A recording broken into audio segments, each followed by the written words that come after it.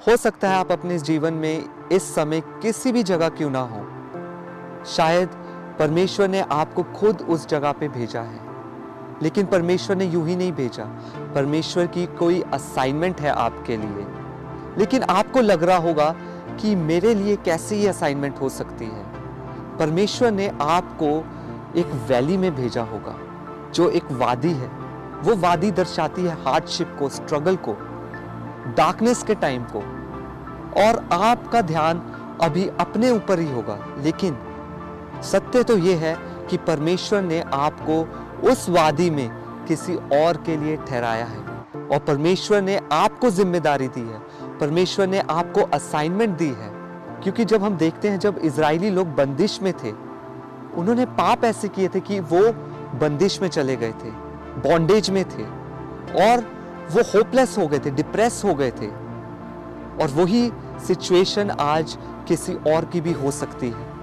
Hopelessness, depression, जहां कोई विश्वास काम नहीं कर रहा है, क्योंकि वो शायद अपने पाप की वजह से उस बंदिश में आ चुके हैं और उनका जीवन मरा हुआ लग रहा है। तब उसने मुझसे पूछा, हे मनुष्य के संतान, क्या ये हड्डियां जी सकती हैं? मैंने कहा, हे परमेश्वर यहोवा, तू ही जानता है। तब उसने मुझसे कहा, इन हड्डियों से भविष्यवाणी करके कह, हे सूखी हड्डियों, यहोवा का वचन सुनो। परमेश्वर यहोवा तुम हड्डियों से यूं कहता है, देखो, मैं आप तुम में सांस समाऊंगा और तुम जी उठोगी। जैसा हमने वचन में देखा अभी, परमेश्वर यहाँ पे एजिकिया नबी से बात कर रहा है, जो कि परमेश्वर का एक दास, एक प्रॉफिट है, और परमेश्वर उसको आज्ञा दे रहा है कि तू उस वादी में जा। और उस वादी में वो यूं ही नहीं जा रहा, उसको एक असाइनमेंट दी गई है। वहां पे सूखी हड्डियां हैं, वहां पे डेथ है, वहां पे लाइफ का कोई नाम और निशान नहीं है, वहां पे स्ट्रगल है, हार्डशिप है। एजिकिया को परमेश्वर ने भेजा कि वहां पे जो सूखी हड्डियां हैं, जो वहां पे डेथ दिखाई दे रही है, वो जहां पे डिप्रेशन है, वहां पे तू भविष्यवाणी कर, मेरे शब्द को बोल, जीवन को बोल। और यही आज परमेश्वर आपसे कह रहा है कि आप हो सकता है किसी भी वैली में क्यों ना हो, लेकिन परमेश्वर ने आपको एक असाइनमेंट दी है कि आप परमेश्वर का माउथ पीस बन के, आप परमेश्वर के एक नबी हैं, कि जब आप उस वैली में किसी और संघर्ष करे हुए से, या फिर जो पापों में डूबा हुआ है, या फिर जिसके जीवन में लाइफ नहीं है, उसका जीवन एकदम डेड लग रहा है, आपका ये काम है कि परमेश्वर ने आपको वो वैली में भेजा है, वो वादी में भेजा है, कि आप उनके जीवन में परमेश्वर के शब्द को बोलें, जीवन को बोलें, ज्योति को बोलें।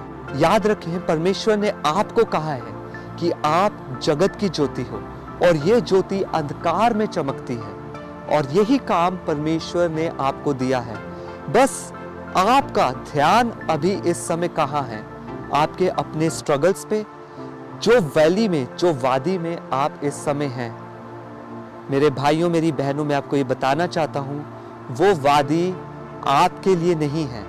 वो वादी एक असाइनमेंट है कि उसी वादी में कोई और भी है, उसी समस्या में कोई और भी है, उसी माहौल में, गंदे सर्कमस्टेंसेस में कोई और भी है, जो कि शायद आपसे ज्यादा डिप्रेस्ड है, जो कि शायद आपसे ज्यादा दुखी है, जो कि शायद बिल्कुल होपलेस हो चुका है। लेकिन परमेश्वर आपको क्या कह रहा है? इस वादी में आप अपना ध्यान अपने आप से हटाएं, और आपके साथ जिनका जीवन मरा हुआ है, जो नशे में है, जो पापों में है, जो गंदगी में है, जो व्यभिचार में है, जो डिप्रेशन में है, आप उनके जीवन में एक ज्योति बन के जाएं। आप उनके जीवन में परमेश्वर के शब्द को बोलें। आपका काम यही है कि आप अपना फोकस अपने से हटा के किसी और की ओर करें, जो उसी वादी में है, और ये समझे कि उस वादी में आपको परमेश्वर ने अपने शब्द के साथ भेजा है। और जब आप ये शब्द रिलीज करते हैं, जैसा कि इसी चैप्टर में हम आगे पढ़ते हैं, जब एजिकिया नबी ने वो परमेश्वर के शब्दों को बोला, तब वो हड्डियों में जान आ गई। और यही काम परमेश्वर ने आपको दिया है आपको शायद अपने सर्कमस्टांसेस की वजह से फील ना हो रहा हो, आपको शायद पता ना लग रहा हो कि क्या करना है क्या नहीं करना। आप बस परमेश्वर के शब्द को जाने, परमेश्वर का शब्द इस समय आपको क्या कह रहा है, और आप किसी और के लिए एक आनंद का कारण बने। जैसे एजिकिया नबी ने परमेश्वर के शब्द को बोला, वही शब्द आप बोलें। जो मरे हालात हैं दूसरों के जीवन में, उनको आप कमांड करें कि जी उठो। आप परमेश्वर के नबी हैं तो उनके जीवन में काम होगा। परमेश्वर उनको खुद नहीं विजिट करेगा, हो सकता है परमेश्वर उनको विजिट करे, लेकिन मोस्ट ऑफ द टाइम परमेश्वर आपको भेजना चाहता है। परमेश्वर किसी इंसान को भेजना चाहता है, उसका माउथपीस बन के। इससे पहले कि आप खुद से सवाल करें कि वाई मी, मैं ही क्यों इस वैली के लिए, इस वादी के लिए, इस स्ट्रगल के लिए, इस हार्डशिप के लिए, परेशानी के लिए मैं ही क्यों चुना गया।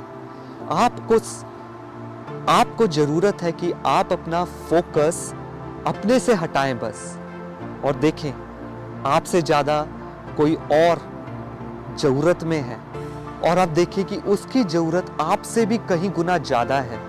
आप अपने अंधकार के समय को भुला दें, आप अपने स्ट्रगल्स को भुलाएं और जाने कि आपका पर्पस क्या है उस जगह पे, क्योंकि परमेश्वर ने आपको अगर भेजा है तो वो बिना पर्पस के नहीं भेजा।